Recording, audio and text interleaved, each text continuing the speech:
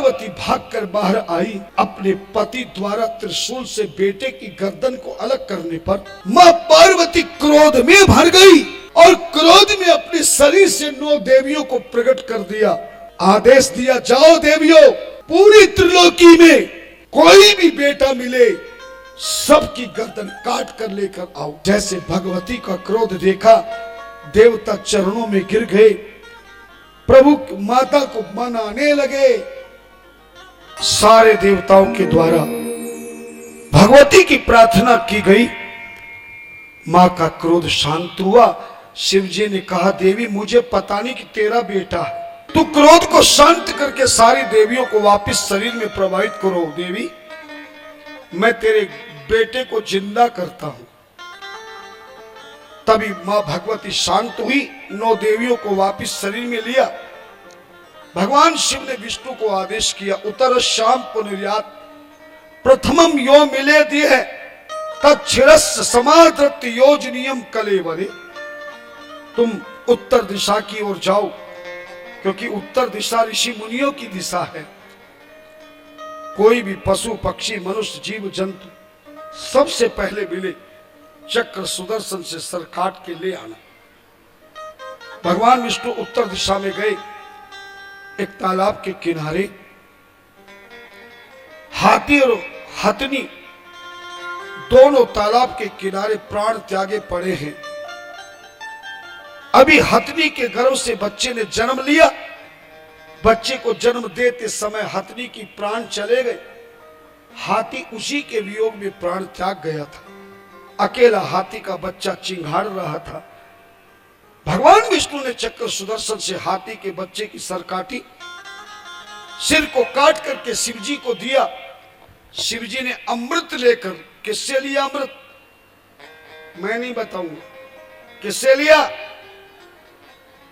है, चंद्रमा से लिया। तुम्हें मालूम नहीं, बताया था सर पे ललाट पे चंद्रमा अमृत का कलश लेकर बैठा है, जो ईशान कोण में सूर्य की रोज प्रातःकाल ब्रह्म मुहूर्त में अमृत के सूर्य को अर्घ देकर के सूर्य की पूजा भगवान शिव करते। अमृत से विनायक के सर पर कटी हुई धड़ पर हाथी के बच्चे का सर लगा दिया और उसी समय पार्वती का बेटा विनायक से गजानन बन गया।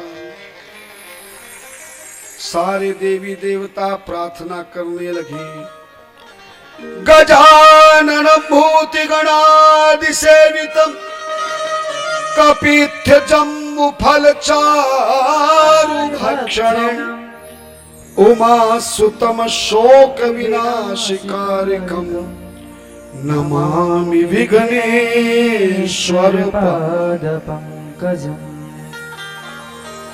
विनायक को हाथी का सर लग गया। सब लोग प्रसन्न थे। जरा इनकी आवाज खोल, उसको कम कर, ऊपर इनको खोल, धन्यवाद। लेकिन पार्वती मैया की आंखों में आंसू आ गए। शिवजी ने कहा, तेरा बेटा जिंदा हो गया, फिर तू क्यों रो रही है?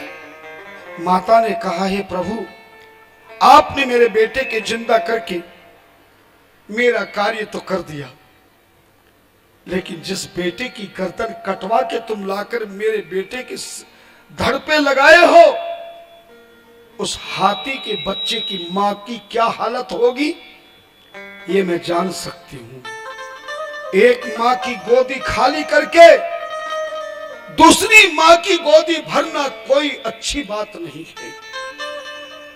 मुझे नहीं चाहिए बेटा, आप ये हाथी वाली गर्दन को वापस उसी हाथी के बच्चे के लगा दीजिए, नहीं तो घोर पाप लगेगा।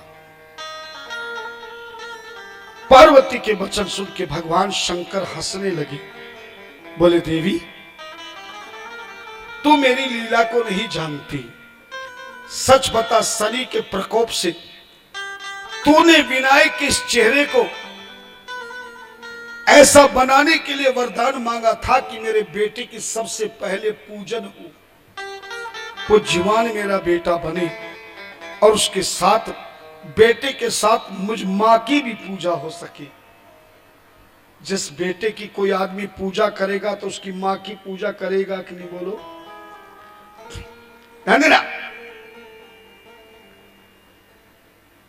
देवी, जिस हाथी की गर्दन को मैं काट करके तेरे विनय के धड़ पर लगाया है, उस हाथी को ही दुर्वासा ऋषि का वरदान है कि आज इसी समय मेरे हाथों से किसी देवता के सर कटी हुई धड़ पर उस हाथी का चेहरा लगना है और वो सारे देवताओं में पहले पूज्यवान बनेगा। सुनकर पार्वती ने कहा, महाराज आपकी बात को मैं समझी नहीं, ये कौन है हाथी का बालक? आप चाहते तो मनुष्य की सर भी आप प्रकट करके लगा देते, आप तो सब कुछ करने योग्य हैं। बताइए हाथी कौन है जिसकी गर्दन को काटकर आपने मेरे बेटे को जिंदा किया है? भगवान शिव ने कथा सुनाई। हाथ जोड़िए सभी लोग, सीधी कमर कीजिए, पल्ला फैलाइए, जो भी आपका संकल्प मन में सोच लीजिएगा। सूत जी कहते ऋषि पार्वती ने जैसे ही हाथी के बारे में पूछा, भगवान शिव ने उस हाथी की कथा सुनाई। ध्यान से सुनना, शंका मिट जाएगी, हाथी का सर ही क्यों लगाया, असली कटा हुआ सर कहां गया? जिस हाथी के धड़ से सिर काटा वो हाथी का धड़ कहां चला गया? बहुत सुंदर कथा, बहुत जल्दी सुना दूं, अभी और कथा सुनानी है, ध्यान देना। सूत जी कहते ऋषियों, शिव जी ने पार्वती को सुनाया, देवी एक बार देवताओं के राजा इंद्र ऐरावत हाथी पर सवार होकर इस पृथ्वी की यात्रा करने आए। जैसे ऐरावत हाथी पृथ्वी में उतरा, इंद्र हाथी से नीचे उतरे, तभी सामने दुर्वासा ऋषि जी के दर्शन हो गए। जैसे दुर्वासा ऋषि के दर्शन हुए तो हाथी सहित इंद्र ने मुनिराज संत के चरणों में प्रणाम किया। दुर्वासा ऋषि राजा शांतनु के यहां से भोजन करके आए थे और राजा ने पारिजात नाम के पुष्प की माला ऋषि दुर्वासा को गले में सम्मान के लिए पहनाई थी। उसी माला को, फूलों की माला को गले से उतार कर ऋषि दुर्वासा ने इंद्र को आशीर्वाद रूप भी इंद्र के गले में फूलों की माला पहना दी। लेकिन इंद्र को पता नहीं था कि किसी संत के गले की फूलों की माला, किसी ग्रंथ के चढ़ी हुई फूलों की माला, या फूल किसी को संत अपने हाथों से आशीर्वाद में दे दे तो संत द्वारा मिली फूलों की माला या फूल का क्या प्रयोग करना चाहिए, ये ज्ञान इंद्र को नहीं था। और इंद्र की बात छोड़ो, जितने आप यहां बैठे हैं, जिन्होंने किसी कारण से हमारी कथा सुन ली होगी, शायद वो तो बता सकते हैं, बाकी जब तक हमारी कथा नहीं सुनी होगी तब तक आपको भी ज्ञान नहीं है कि व्यास गद्दी से व्यास अगर फूल प्रसाद में दे दे, आशीर्वाद में दे दे, अपने गले की पहनी हुई माला किसी को पहना दे तो उस फूल और फूल माला का क्या करना चाहिए। जैसे इंद्र को ज्ञान नहीं था, आपको भी ज्ञान नहीं है, इसलिए अज्ञानतावश हम भी संत के दिए निर्माल्य प्रसाद का अपमान कर देते हैं। या तो उसको कहीं पवित्र जगह छोड़ देंगे, या दूसरे को पहना देंगे, या पानी में बहा देंगे, और ऐसा करना घोर अपमान है। इंद्र ने भी ऐसा ही किया।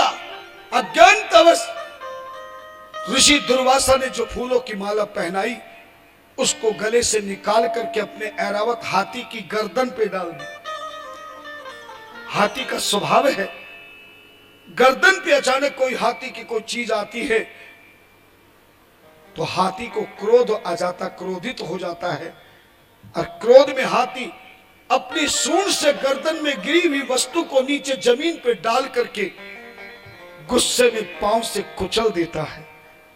इस स्वभाव के कारण राजा इंद्र ने जो दुर्वासा ऋषि के आशीर्वाद के फूलों की माला थी, जैसे ऐरावत हाथी की गर्दन पे डाली, ऐरावत हाथी ने दुर्वासा ऋषि के सामने ही सूंड से गर्दन से फूलों की माला निकाल के अपने पांव में कुचल दी। अब एक संत अपने आशीर्वाद का अपमान देखकर क्या प्रसन्न होगा? ऋषि दुर्वासा तो क्रोध के सम्राट है, अत्यंत क्रोध में भर गए, इंद्र को श्राप दे दिया, जा तेरा राज्य राक्षस लोग छीन लेंगे, तू राज्य विहीन हो जाएगा मूर्ख। ऐरावत हाथी से बोले, तूने संत के गले की हाथों की माला को जिस गर्दन से उठा के तूने कुचला है ऐरावत, जा तू आज ही इस शरीर को छोड़कर मृत्यु लोक में सादा हाथी बनेगा और जन्म लेते ही तेरी गर्दन धड़ से अलग हो जाएगी, ऐसा मैं तुझे श्राप देता हूं। किसने श्राप दिया? जोर से बोलो। दुर्वासा ऋषि ने हाथी को, इंद्र को। श्राप सुनते ही ऐरावत हाथी सहित इंद्र दुर्वासा ऋषि के चरणों में गिरकर प्रार्थना करने लगे, महाराज क्षमा कीजिए, हमें आज तक किसी ने नहीं बताया कि संत के द्वारा पहनी हुई माला का कैसे प्रयोग करना चाहिए। अनजाने में अपराध हुआ प्रभु। इंद्र ने बार बार क्षमा मांगी, ऐरावत हाथी ने भी क्षमा मांगी। संत शांत हो गए। दुर्वासा ऋषि ने कहा, इंद्र मेरा श्राप तुझे अवश्य लगेगा, तेरा राज्य छीना जाएगा, मगर तूने अपनी गलती को स्वीकार किया, अज्ञानता से हुआ है। जा तुझे वरदान देता हूं, जब जब भी तेरा राज्य राक्षस छीनेंगे तब तब हम संत भगवान से प्रार्थना करेंगे और स्वयं परमात्मा अनेक रूपों में पृथ्वी पे अवतार लेकर राक्षसों का संहार करेंगे और तेरा राज्य तुझे दिलाएंगे। ऐरावत हाथी से बोले, जा मेरे श्राप से शरीर को त्याग कर तू पृथ्वी पर साधारण हाथी बनेगा, पर तूने गलती को स्वीकार किया है, इसलिए ऐरावत संत के गले की माला, हाथों को छुए फूल, चरणों में गिरे पुष्प, ग्रंथ पर चढ़े पुष्प, माला, फूल पारसमणि की तरह होते हैं। तेरे गले में संत की परम पुण्य आशीर्वाद रूप माला ने तेरी गर्दन को छू लिया है। जैसे भूल से पारसमणि लोहे को छू जाए तो बेकार से बेकार लोहा भी सोना बन जाता है। मुझ ऋषि की पवित्र माला तेरी गर्दन को छुई है, इसलिए तेरी गर्दन जन्म लेने के बाद संसार का कोई मनुष्य, कोई देवता नहीं काट सकेगा। जा मैं तेरी गर्दन को आशीर्वाद देता हूं। तेरी गर्दन को भगवान शिव अपनी लीला से विष्णु के द्वारा ही चक्र सुदर्शन से कटवाएंगे और तेरी गर्दन को भगवान शिव ऐसे देवता की कटे हुए सर की धड़ पर लगाएंगे कि लगते ही तू संसार में देवताओं में सबसे पूज्यवान बन जाएगा, प्रथम पूज्यवान बन जाएगा। ऐसा आशीर्वाद दुर्वासा ने दिया। भगवान शिव बोले, देवी आज वही दुर्वासा के वरदान से ऐरावत ने आज हाथी का जन्म लिया है। दुर्वासा ऋषि के वरदान को पूरा करने के लिए और तेरी प्रार्थना शनि के प्रकोप वाले सिर को हटाकर दुर्वासा ऋषि के वरदान वाले ऐरावत हाथी जो साधारण हाथी बन के आया, उसके चक्र सुदर्शन से कटवा के मैंने तेरे विनायक के शरीर पर लगा दिया है। और देवी ऋषि ने वरदान दिया था, ऐ हाथी तेरी गर्दन जैसे चक्र सुदर्शन से कटेगी, गर्दन को तो विष्णु ले जाएंगे, सिर को विष्णु ले जाके शिव के हाथों से जीवित करेंगे, पर बिना सर की धड़ मेरे आशीर्वाद से वापस इंद्रलोक में चली जाएगी और बिना सर की धड़ जैसे इंद्रलोक में तू पहुंचेगा, फिर से तू ऐरावत हाथी बनकर इंद्र की सेवा में लग जाएगा। हे देवी, इसीलिए आज उस ऐरावत हाथी की गर्दन को मैंने लगाया है। प्रथम पूज्य हो गया, तेरा बेटा विनायक गजानन बन गया है और ये सबसे पूज्यवान बन